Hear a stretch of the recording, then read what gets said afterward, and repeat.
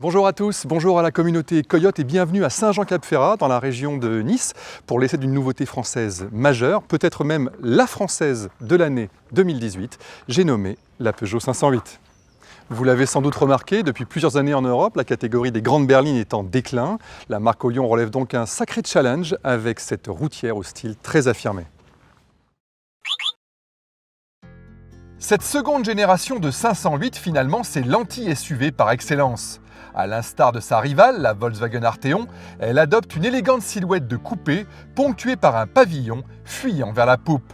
Avec son regard carnassier encadré par deux canines lumineuses et ses vitres sans encadrement, la grande Peugeot respire le premium dans l'esprit d'une Audi A5, mais aussi l'authenticité avec son matricule porté sur le capot, comme feu la 504.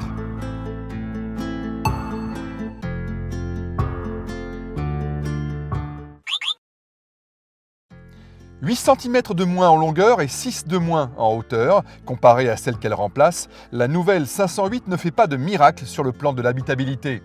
À bord, le sentiment de confinement est bien présent, surtout aux places arrière. D'ailleurs, il faut veiller à bien pencher la tête en s'installant sur la banquette. De la même manière, le coffre perd une trentaine de litres, mais il s'avère beaucoup plus accessible grâce au haillon qui s'ouvre électriquement. Pour la présentation, en revanche, Peugeot a mis la barre très haut. La qualité perçue est remarquable et l'instrumentation numérique ne manque pas de classe. La position de conduite au ras de l'asphalte et le petit volant aplati à chaque extrémité donnent irrésistiblement envie de démarrer. Les rangements sont pratiques et nombreux, la console centrale en impose et l'écran tactile de 10 pouces sur les finitions hautes permet un accès simplifié aux différentes fonctions. Quant au Coyote 9+, il trouve ici aisément sa place.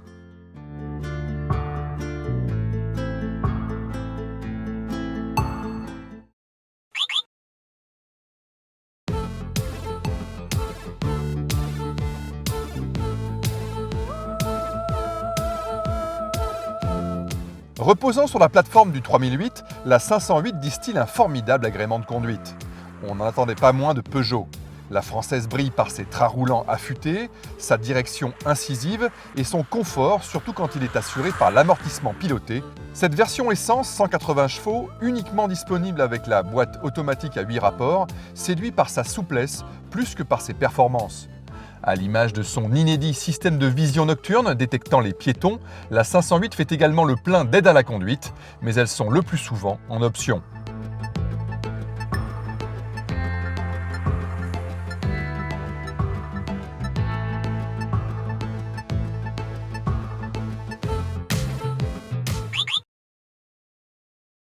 Si la 508 démarre à 32 300 € en diesel 130 chevaux, cette version essence 180 chevaux culmine à 40 000 € en finition GT Line, hors option, et elles sont nombreuses.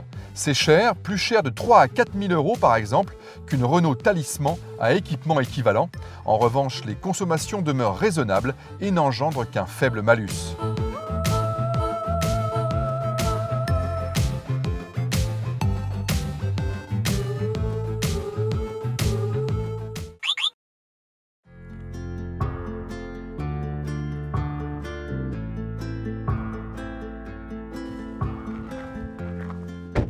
Avec cette 508, Peugeot vient toquer à la porte d'un segment largement préempté par Audi et BMW. Bien fabriquée, enthousiasmante à conduire, c'est à n'en pas douter la française la plus premium du moment. La preuve, c'est la moins habitable et la plus généreuse en options. Voilà, merci de m'avoir accompagné sur cet essai que je vous invite à commenter sur les réseaux sociaux Coyote. Quant à moi, j'aurai beaucoup de plaisir et d'excitation à vous retrouver le mois prochain pour le test de la fameuse Alpine A110 et la visite exclusive de son site de production. À très bientôt.